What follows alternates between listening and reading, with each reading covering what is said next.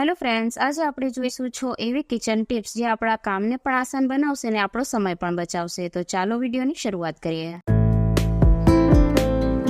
આજની first trick છે દવાની બોટલને લઈને. ઘણી વખત આપણે ક્યાંય બહાર ગામ જતા હોઈએ તો દવાની બોટલ આપણે સાથે રાખતા હોઈએ છીએ. નાના બાળકો હોય તો એમની પણ આપણે સિરપ વગેરે સાથે લઈને જતા હોઈએ છીએ. પરંતુ જ્યારે આપણે એને બેગમાં મૂકીએ અને ઢાંકણું ઘણી વખત લીક થતું હોય તો બેગની અંદર જે બીજી વસ્તુ હોય એ પણ ખરાબ થતી હોય છે. તો આજે એના માટે આપણે જોઈશું એક નાનકડી ટ્રીક. તો અહીંયા તમે કોઈ પણ જે પતલું રબર આવે એનો ઉપયોગ કરી શકો છો.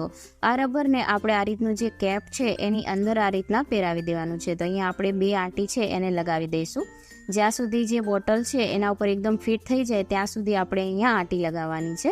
તો અહીંયા 2 આંટીથી આ જે ઢાંકણ છે એના પર ફિટ થઈ ગયું છે.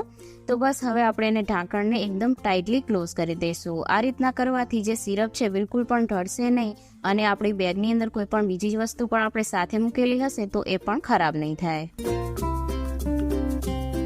હવે જોઈએ આપણે નેક્સ્ટ ટ્રીક. લીંબુનો ઉપયોગ આપણા દરેકના ઘરમાં થતો હોય છે. લીંબુને આપણે ફ્રીજમાં રાખીએ તો પણ આ રીતના એ ખરાબ થઈ જતા હોય છે અને લીંબુ જલ્દી ખરાબ થઈ જાય તો આપણને બિલકુલ પણ કામમાં નથી આવતા. લીંબુને સ્ટોર કરવા માટેની ઘણી મેં તમારી સાથે ટ્રીક શેર કરી છે. તો આજે આપણે એક નવી ટ્રીક જોઈએ. તો એના માટે આપણે ફોઇલ પેપર લઈ લઈશું. તો ફોઇલ પેપર લઈ અને જે લીંબુ છે એના પ્રમાણમાં આપણે એને કટ કરી લેવાના છે. તો અહીંયા લીંબુના પ્રમાણમાં મેં જે ફોઇલ પેપર છે એને કટ કરી લીધા છે અને આ રીતના એક લીંબુ લઈ અને ફોઇલ પેપર ઉપરથી આ રીતના આપણે એને રેપ કરી દઈશું. તો બધા જ લીંબુને આપણે ફોઇલ પેપરથી રેપ કરવાના છે. જો તમારી પાસે ફોઇલ પેપર ના હોય તો તમે જે પતલી પોલિથીન આવે એનો ઉપયોગ પણ અહીંયા કરી શકો છો. આ રીતના લીંબુને ફોઇલ પેપરથી કવર કરવાથી એ બિલકુલ પ્રોટેક્ટ રહે છે અને એના ઉપર જે આ રીતના યલો થઈ જાય છે લીંબુ એ ખરાબ નથી થતા. તો આ રીતે આપણે બધા જ લીંબુને ફોઇલ પેપરથી કવર કરી લઈશું અને ત્યારબાદ આપણે કોઈ પણ એરટાઇટ કન્ટેનર હોય એની અંદર એને ફ્રીજમાં મૂકીશું તો લીંબુ છે 20 દિવસથી 25 દિવસ સુધી પણ ખરાબ નથી થતા. આને તમે ડાયરેક્ટ પણ ફ્રીજની અંદર મૂકી શકો છો અને આ રીતના કન્ટેનરમાં ભરીને પણ મૂકી શકો છો. હવે જોઈએ આપણે નેક્સ્ટ ટ્રીક. આ રીતની જે ફોક હોય છે એ આપણા દરેકના ઘરમાં હોય છે જેને આપણે જમવામાં યુઝ કરતા હોઈએ છીએ. પણ ઘણી વખત આનો તમે બીજી રીતના પણ ઉપયોગ કરી શકો છો. જેમ કે આપણે પનીર હોય એને સેલો ફ્રાય કરતા હોય અથવા કોઈ પણ એવી સબ્જી છે એને સેલો ફ્રાય કરતા હોય તો એને લેવા માટે આ ફોકનો યુઝ આપણે કરી શકીએ છીએ. તો 2 ફોક છે એને આ રીતના ઊંધી રાખી અને ત્યારબાદ જે એક આ રીતનું રબર આવે એનાથી એને આપણે કવર કરી લેવાનું છે. તો 2 થી 3 આપણે આ રીતના આંટી મારી દઈશું જેથી એકદમ એ હાલે નહીં અને એકદમ ટાઈટ થઈ જાય. આનો ઉપયોગ તમે પનીર વગેરેને લેવા માટે આસાનીથી કરી શકો છો. હવે જોઈએ આપણે નેક્સ્ટ ટ્રીક. આપણે મિક્સચરની અંદર ઘણી વખત કોઈ બેટર પીસતા હોઈએ અથવા કોઈ પ્યોરી વગેરે બનાવતા હોઈએ તો પ્યોરીને કાઢ્યા બાદ ઘણી વખત છે એની અંદર બચી જતી પ્યોરી હોય એને કાઢવામાં આપણને મુશ્કેલી થતી હોય છે. કારણ કે નીચે બ્લેડ હોય છે તો આપણે હાથથી કરીએ તો આપણા હાથની અંદર એ બ્લેડ લાગવાનો ભય હોય છે. તો એના માટે તમે આ રીતના જે સિલિકોનના સ્પૂન આવે એનો ઉપયોગ કરી શકો છો. સિલિકોનના જે સ્પૂન હોય એનાથી આસાનીથી જેટલું પણ બેટર વગેરે હશે એ બધું આસાનીથી બહાર નીકળી જાય છે. હવે જોઈએ આપણે નેક્સ્ટ ટ્રીક. પ્રેસ આપણા દરેકના ઘરમાં હોય છે. જ્યારે પણ આપણે કપડાને પ્રેસ કરવા માટે પ્રેસનો ઉપયોગ કરતા હોઈએ તો ઘણી વખત આપણા હાથ વગેરે લાગી જતા હોય તો પ્રેસ ઉપર ડાઘ પડી જતા હોય છે.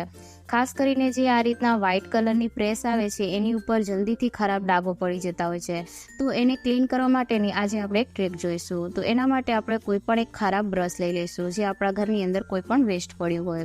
ત્યારબાદ આપણે કોલગેટ લઈ લઈશું. કોલગેટ છે એને આ રીતના જે પ્રેસ હોય જ્યાં દાગા લાગેલા હોય ત્યાં લગાવી દેવાની છે અને ત્યારબાદ બ્રશને થોડું ભીનું કરી અને જે જગ્યા પર દાગ લાગેલા છે તે જગ્યા પર આપણે રબ કરીશું. તમને બધાને ખબર હશે કે કોલગેટ છે એ એક એવી વસ્તુ છે કે જેનાથી આપણે કોઈ પણ જગ્યાના ડાઘ હોય એને આસાનીથી ક્લીન કરી શકીએ છીએ.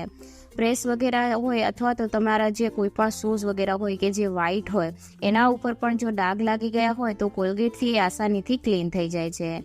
તો આ રીતના 1 થી 2 મિનિટ જેવું ખાલી આપણે રબ કરશું તો એના પરના ડાઘ છે એ પણ દૂર થઈ જશે અને જે પ્રેસ છે એકદમ વ્હાઇટ થઈ જશે. તો પ્રેસ પણ આપણી એકદમ નવા જેવી થઈ જશે. ઘરની અંદર જો આપણે અમુક ટ્રીકને ફોલો કરીએ તો આપણા મુશ્કેલ કામ પણ એકદમ આસાન થઈ જાય છે. તો બસ હવે આપણે જે લીલું કપડું લઈ અને એના પરની જેટલી પણ કોલગેટ છે એને આ રીતના સાફ કરી લઈશું. તો અહીંયા આપણી જે પ્રેસ છે એકદમ ક્લીન પણ થઈ ગઈ છે અને બિલકુલ મહેનત પણ નથી લાગી. તો આ રીતના તમે કોઈ પણ જગ્યાના ડાઘ હોય એને ક્લીન કરવા માટે કોલગેટનો યુઝ કરી શકો છો. જો આજની આ ટ્રીક તમને હેલ્પફુલ લાગી હોય તો કોમેન્ટ સેક્શનમાં જરૂરથી જણાવજો અને લાઇક જરૂરથી કરજો. તો તમે જોઈ શકો છો આપણી પ્રેસ એકદમ નવા જેવી થઈ ગઈ છે. તો હવે જોઈએ આપણે આજની લાસ્ટ ટ્રીક. આજની લાસ્ટ ટ્રીક છે પનીર ભુરજી માટેની. જ્યારે પણ આપણે પનીર ભુરજી બનાવીએ તો પનીર એડ કરીએ ત્યારે ઘણી વખત છે પાણી અલગ થઈ જતું હોય છે અને પનીર અલગ થઈ જતું હોય છે. તો એના માટે જ્યારે પણ તમે મસાલો બનાવો ત્યારે એની અંદર જો 1 ચમચી જેટલો આપણે બેસન ઉમેરી દઈએ તો પાણી છે બિલકુલ અલગ નહીં થાય. અને જો તમારે રસાવાળી પનીર ભુરજી બનાવી હશે તો તમે આસાનીથી બનાવી શકો છો. બેસન ઉમેરવાથી એની અંદર એક બાઇન્ડિંગ આવી જાય છે જેથી પનીર ભુરજી સારી બને છે. આજનો આ વિડીયો હેલ્પફુલ લાગ્યો હોય તો વિડીયોને લાઇક અને ચેનલને જરૂરથી સબસ્ક્રાઈબ કરજો.